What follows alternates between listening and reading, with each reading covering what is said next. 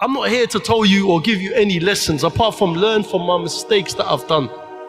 I spoke to a brother. He said, bro, my brother's no longer a Muslim. Coming from a Muslim household. A Muslim household where your parents did every single thing under the sun to sacrifice their happiness, their care, their money for you to turn your backs on them, let alone turning your back on Allah subhanahu wa ta'ala. You asked the brother, how comes you went sideways? Akhi, the only thing we did at home was pray our 5 daily prayers.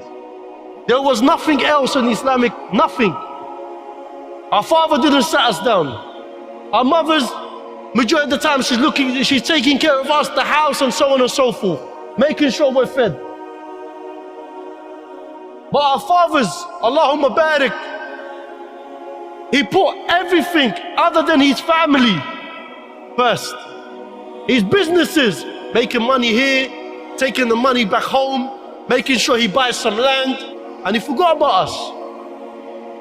What's happening, bro? Your parents are doing everything under the sun for you to do what? To displease them.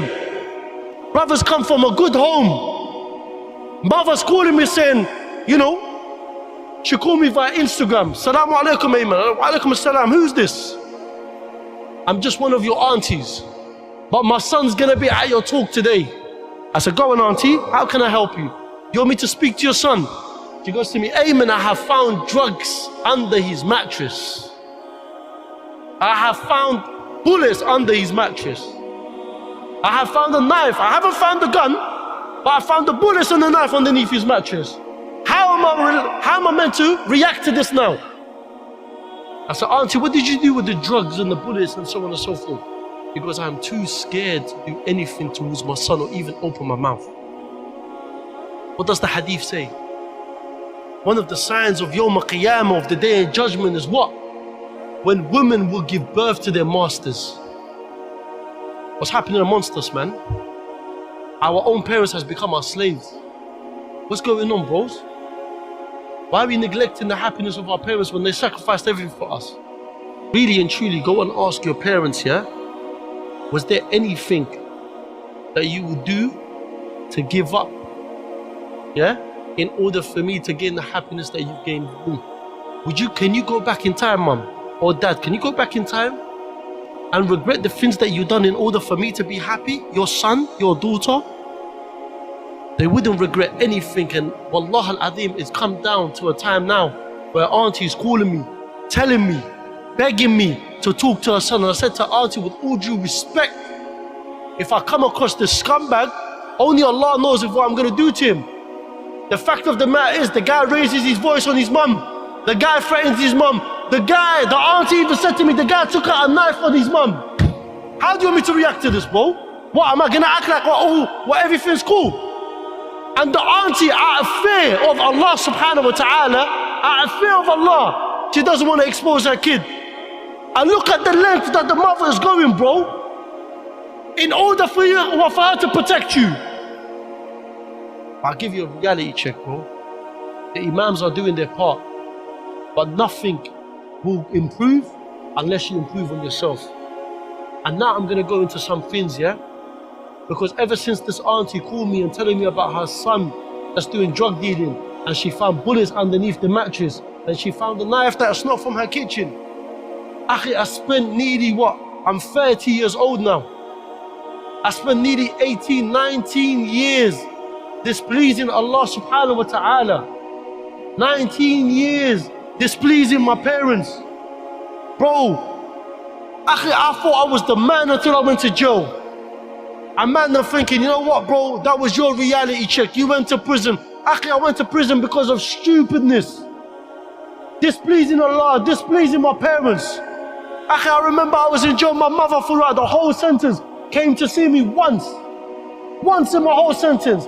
And after seeing my mother that one time, I said to myself, never again is my mother gonna come here again. Ever.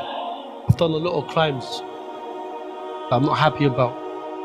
I've hurt a lot of people that I'm not happy about. But there's one thing that I can tell you this now, right now, my brothers, yeah?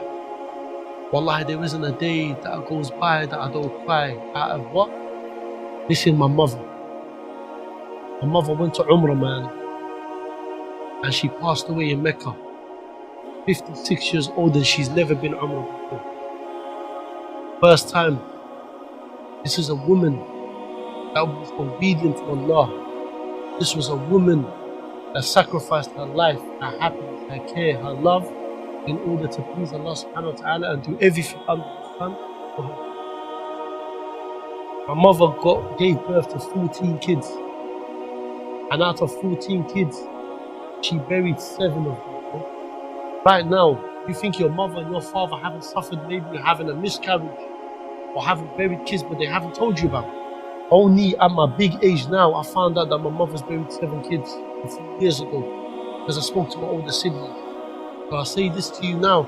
I remember sometimes I used to sneak up on my mum, and this is something that goes through our mum's minds, yeah, and our father's minds. I remember one time that broke my heart, man. And I remember while my mum was washing up, she says in Kurdish, he said, "I've had enough, Ya Rab. Get me out of this. I'm ready to meet you, Ya Rab." But why? Those scumbags of kids, the scumbags that traumatized her. But when the enemies rolled up in the yard, they even tried to brick my mum. Is it fair? No matter what you do in your life, if it's not pleasing Allah subhanahu wa ta'ala, if it's not pleasing your parents, Wallahi, it will come back to bite you.